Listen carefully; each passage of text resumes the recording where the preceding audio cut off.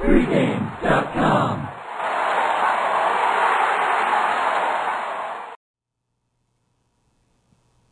Friday night, Pac-10, Pac-12, whatever you want to call it, championship game, UCLA Oregon. I'm Marco D'Angelo, joined by Steve. I'm used to doing it with Stephen No. Sorry. Brian Leonard. I need to raise my chair up so it helps me.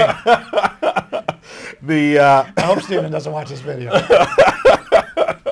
I'll be sure to tell him. I'm sure you will. Situation here, we've got a championship game, and we've got a 32-point spread. What's going on here? This is now the Pack It In conference. And that's exactly what UCLA did last week, losing 50-0 to Southern Cal. And that's their big rival. Yeah, it is. Everybody knows, Rick Neuheisel, the ship sailed. Do they win one for the Gipper? If they were going to show anything, they would have done it last week against your big rival.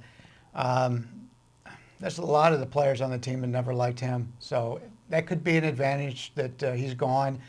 But it's sort of like your last day of school, and you're just about to get out of school, and these guys know next year they got a beautiful teacher coming in, and not right now they're not going to come to play in this game. You're smiling too much. You must have had some flashbacks to some teachers. They had pretty hot teachers. Problem was I was only 7 at the time, but Cleveland had hot. I didn't think there was hot women in Cleveland.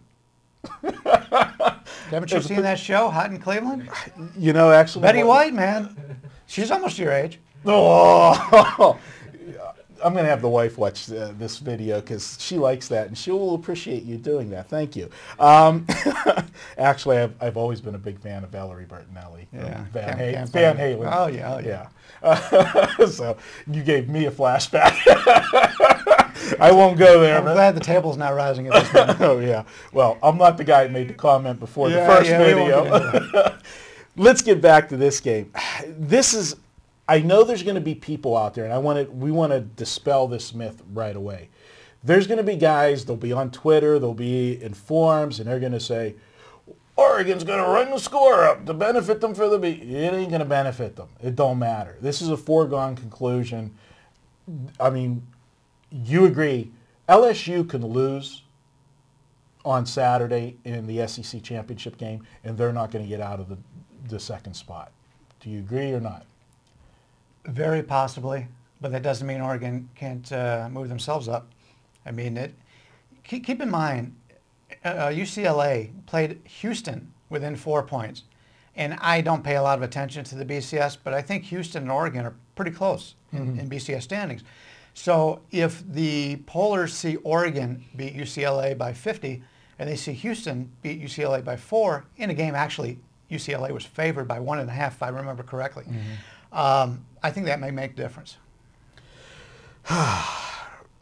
But beating up on this UCLA team is going to make their record even worse. The schedules. I just, I hate this whole BCS situation. I am a guy that wants to see a playoff. Right. I really do, because the one thing that I hate about it, and it's another factor that you got to look at in handicapping. You got to forget about you look at back doors differently, because now you got to look at coaches and which guy doesn't have a problem of putting his foot on your throat, so to speak, and keep the pedal to the metal. 15 years ago, Brian, you never ran a score up on somebody. It just didn't happen that often. And now, because of the design, it's forcing people to think that way. And I don't think that's good sportsmanship. I don't know. I'm old school. Well, there's certain coaches who want to run up a score because they talk about the point spread. Take a look at the game we were just talking about, the USC. I mean, when USC had that game against Utah, I've never seen somebody so excited to get those extra points on the board from that last touchdown, because he knows that's going to help the boosters. He's a new coach. Boosters need to cover the spread. Yeah. We see the same thing coming out of Nevada. Coach Ald all the time. Yeah. He doesn't have that great of a team this year, but he will put on extra points if he knows he's going to cover for his boosters. Well, if you keep the boosters happy, you generally keep a job. Yep. It's true. It's the sad part. All right, we're going to kind of disagree here. I know you're leaning to Oregon in this one. Go ahead and state your case. other than the fact that you're not allowed to say UCLA sucks. I'll just say that you can go first because it's not going to take very long. Okay, UCLA sucks, but they don't suck that bad. This is a scenario. I think this line is overinflated. I'm looking pure and simple on value. UCLA is going to try to shorten the game as much as they can. Everybody saw last week's game. They saw them get killed 50-0, and there's not going to be a person in the world that's going to want UCLA this week. That's why I got a mild vote to UCLA. I don't think this line should be 32. If this line was 28, I think I would look a little bit differently. But you're 32. We're going in. You got to win by 5 scores. I don't think they can do it. Go ahead. So you need me to talk you into it? It shouldn't be hard. UCLA's played a very weak schedule this year. They played Houston. They lose that game before. They go to Texas, or actually they play Texas at home. They lose by 29. They go to Stanford. They lose by 26. To your benefit, all those were under 32 points or whatever the current spread is. But this is a team who just lost 50-0 to their arch rival. The coach has been fired. I can't see any motivation here. They know in their hearts they're not going to win this game. The last 2 times they faced Oregon, they failed to cover the spread by a combined 31.5 points. And that includes last year losing 60-13 at this very same site. The last 4 road games for UCLA, this is a team who's thrown in the towel. Straight up losses by 50, 25, 36, and 26 points, failing to cover the spread by a combined 86 points. The Lions maker just can't keep up on how bad this UCLA team is on the road. And if you take a look at Oregon as a home favorite, 30-11-3 since 2005, this is their role. And they know, I beg to differ. I think they will run up the score a little bit. It's going to be a long time till they play the next game. So they don't have to worry as much about injuries as you normally would. And to be honest with you, Oregon's got so much speed on that team. They could put in the second-string players and still be able to run up the score a little bit. I'm not in love with this game. It's not often you're going to see me laying 32 points in a championship game. But I think the right side is the Oregon, and the Lions actually moved up a little bit. I can't disagree, obviously, with anything that you're saying. I can just say that you can do a blood test, and it is not in my DNA to ever lay 32 points in a game. I can't do it. You know, that's just me.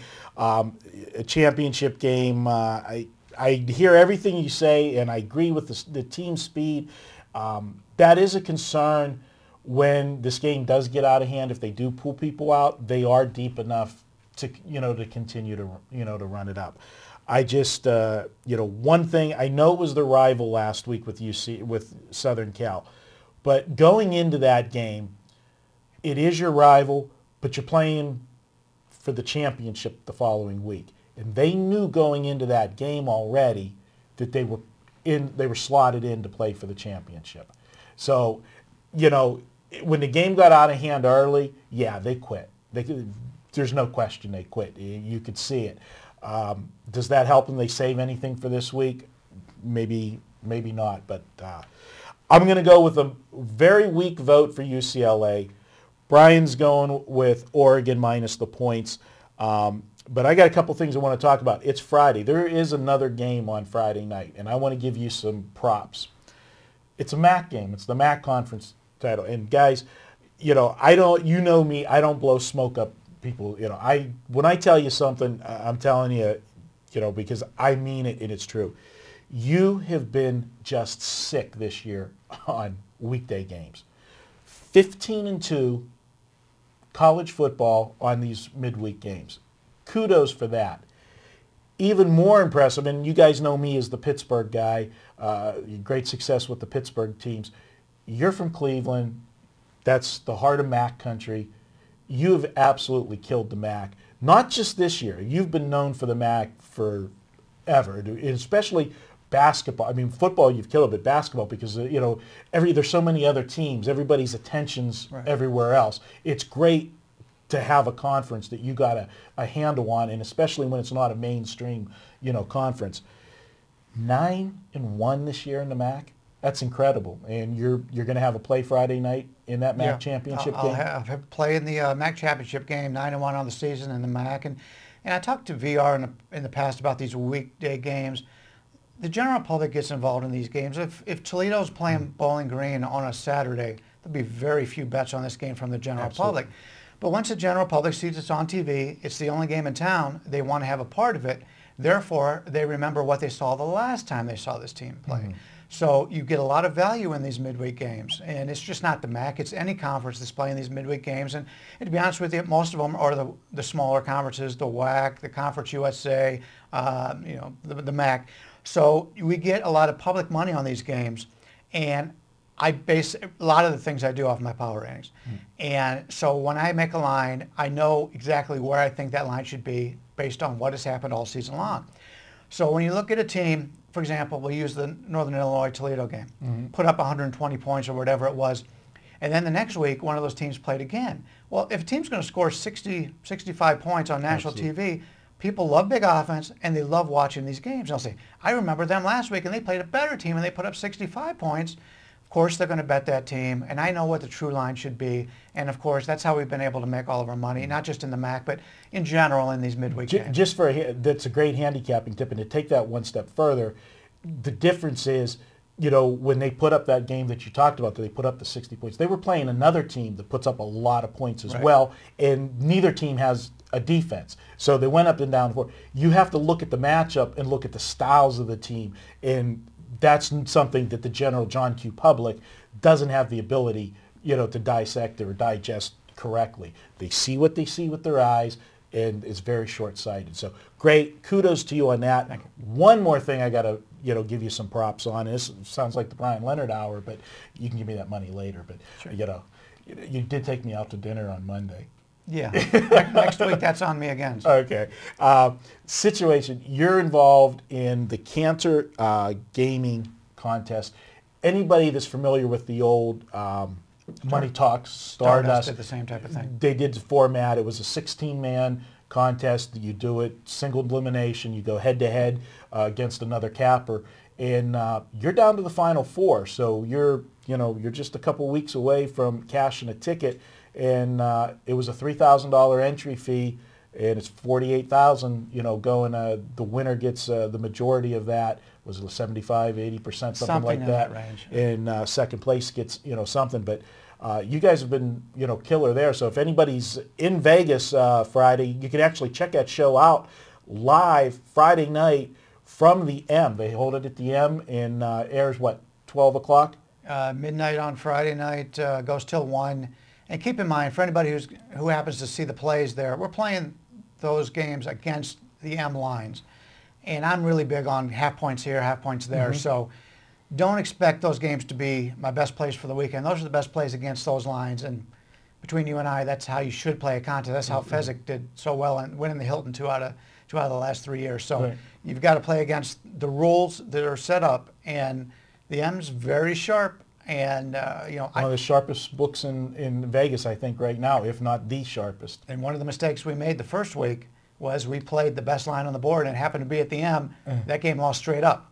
So it makes you rethink the way you do things, because I really do have a great respect for the Cantor gaming.